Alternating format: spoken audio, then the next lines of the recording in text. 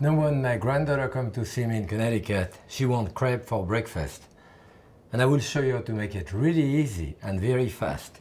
Putting the heat on now, and by the time, I'm gonna put a tablespoon of butter in there, and by the time that butter is ready, my crepe batter is ready. I have about half a cup of flour there. The proportions are not very important. A tiny dash of sugar, salt, 1 egg. I'm putting a dash of milk in it, and then I mix it. You don't want to put too much milk to start with. I'll show you what, because you want the mixture to be thick. If the mixture is thick, like it is here, then the thread of the whisk can go through it and liquefy it to make it really smooth. What I mean is that if you put all the liquid in it, you mix it, you have nice little dumpling all over the place. Yeah. But now that it's thick like this, then I can put the rest of the milk. A little more. I want a crepe batter very thin. If you have a crepe batter which is thin, you do very crepe, which we call crepe dentelle. I'll show you what the crepe dentelle are. Now this is melted. I'm putting it in there, and I'm ready for my first crepe. That's it. Now the first crepe is usually for the dog, but the dog is not here today. Don't be afraid if you didn't put enough batter. I can always add a little more. Better to put less than more. So when you still getting brown at the edge here, I usually, you can flip it, but sometimes it's harder. Probably with one hand and turn it over. This is the first side of the crepe. It's always the nicest one, first time. And what you do when it finish cooking, like it's close to finish now, I can flip it at that point. And I will slide it on my plate so that when I turn it, the first side, which is nicer, shows. Now the secret of a thin crepe is that you don't put it in the middle. You don't put your batter in the middle, you put it on one side and spread very fast all around. You see? I didn't even put enough, but doesn't really matter. I add more. Again, and you don't have to put any butter in between, although Julia would have wanted me to put butter in between. She did. Now it's nice and brown. You see, I have one crepe. When my granddaughter is there, she sits on the other side of the counter. My daughter did the same thing when she was small.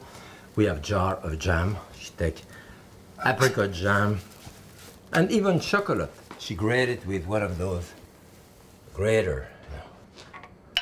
You see, let's say I put too much in it. That's the opposite of what I did before. Then put it back in your pan right away. Of course, what happened here, you're going to have a lip.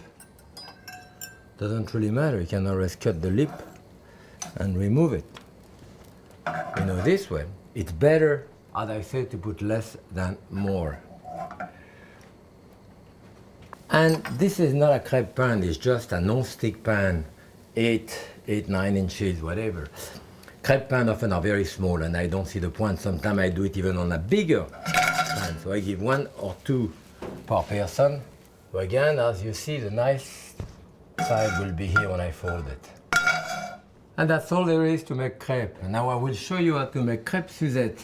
Originally, the crepe Suzette were done at the table of the customer with lump of sugar that were rubbed into the skin of the orange. They become all orange because of the skin, the essential oil, and they were crushed in the pan with sugar and eventually butter and mixed with Grand Marnier and cognac. We do it easier nowadays.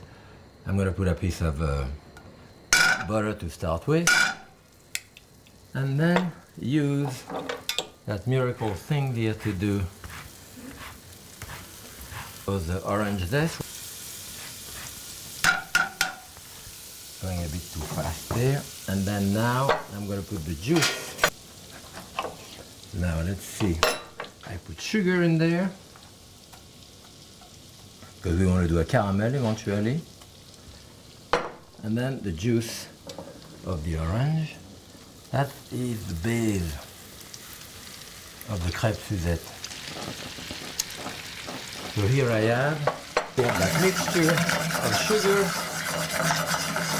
orange juice, all of this, and what you want to do now is to dip your crepes in it, and you want to cook them a little bit so they caramelize. So, you see what I do? I dip them on the side, then fold them in two and in two again. I'm going to dip it this way and then down and in fours. I'll do like 4 crepes at the time, which would be 2 portions here. Fold them here and in two again. Again here.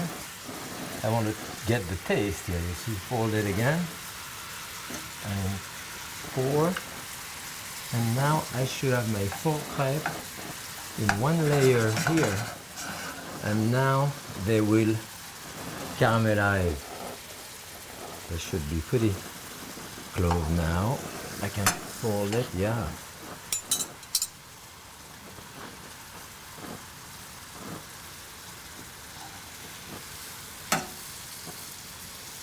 Grand Marnier and cognac.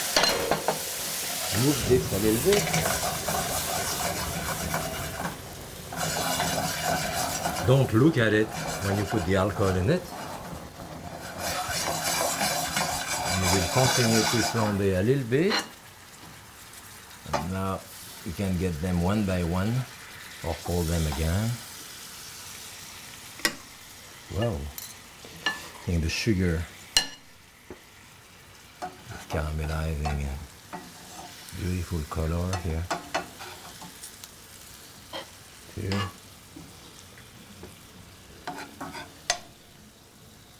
3. 4 crepes with a little bit of the caramel on top.